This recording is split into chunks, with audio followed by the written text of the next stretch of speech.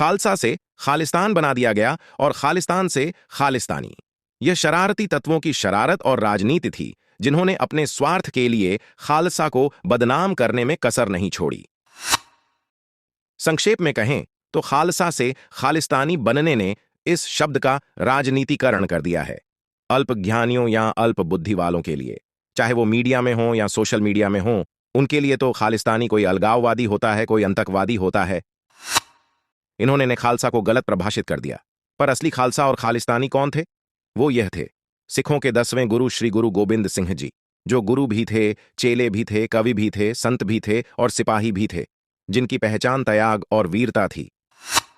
जिन्होंने 1699 में आनंदपुर साहिब में विसाखी के दिन खालसा पंथ की स्थापना की थी और 5 प्यारियों को खंडे बाटे का अमृत छकाकर सिंह बना दिया था, जिसका अर्थ शेर होता है।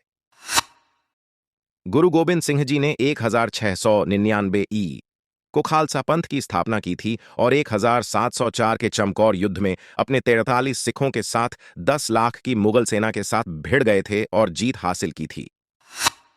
उन्होंने अपने इन शब्दों को सत्यता प्रदान कर दी थी।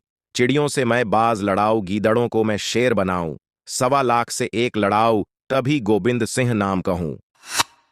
जिन्होंने अपनी 42 साल की छोटी सी आयु में जुल्म के खिलाफ और धर्म की रक्षा के लिए मुगल शासक औरंगजेब शासन के खिलाफ 14 युद्ध लड़े थे, जिनमें में से अधिकतर में वो जीते थे। जिन्होंने धर्म की रक्षा के लिए अपना पूरा सरबंस यानी परिवार वार दिया था।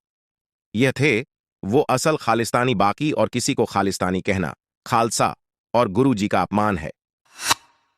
जिनको कुछ हासिल नहीं करना था, किसी अलग क्षेत्र का लालच नहीं था, किसी धर्म से विरोध नहीं था, जो अपने धर्म को लेकर कट्टर नहीं थे, बस शासक के अत्याचारों के खिलाफ लोगों की और अपने धर्म की रक्षा निस्वार्थ भाव से करनी जिनका मुख्य उद्देश्य था।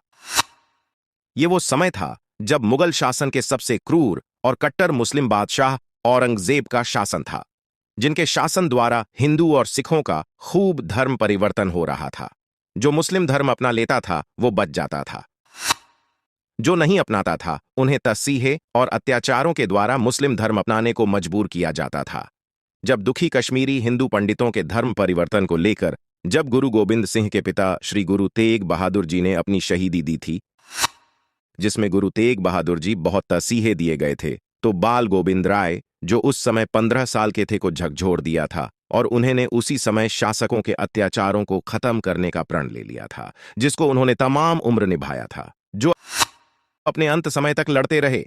1704 में उन्होंने अपनी जिंदगी की आखिरी बड़ी लड़ाई सिरसा नदी के किनारे चमकौर में वजीर खान की 10 लाख मुगल सैनिकों के साथ लड़ी थी, जिसमें वजीर खान का एकमात्र उद्देश्य था गुरु गोबिंद सिंह को जिंदा या मृत पकड़ना, जिस पर आज यकीन करना मुश्किल है कि कितने कुशल और बहादुर सेनापति रहे होंगे गुरु गोबिंद सिंह और उनके 43 सिख, जो 10 लाख मुगल सेना पर भारी पड़ गए थे और आधी मुगल सेना को उन्होंने मार गिराया था। यह सोचना भी असंभव प्रतीत होता है, पर यह इतिहास में दर्ज है। यहां हालांकि गुरु जी के दोनों बड़े पुत्रों ने भी शहीदी दे दी थी, पर अंत तक मुगल सेना गुरु गोबिंद सिंह को पकड़ने में और मारने में कामयाब नहीं हुई थी। यह मुगल सेना के लिए किसी बड़ी हार से कम नहीं था। जीवन के आखिरी दिनों में गुरु गोबिंद सिंह ने मुगलों के खिलाफ गुरिल्ला लड़ाई छेड़ दी थी। वो छुपकर रहते और अचानक मुगलों पर हमला बोल देते थे।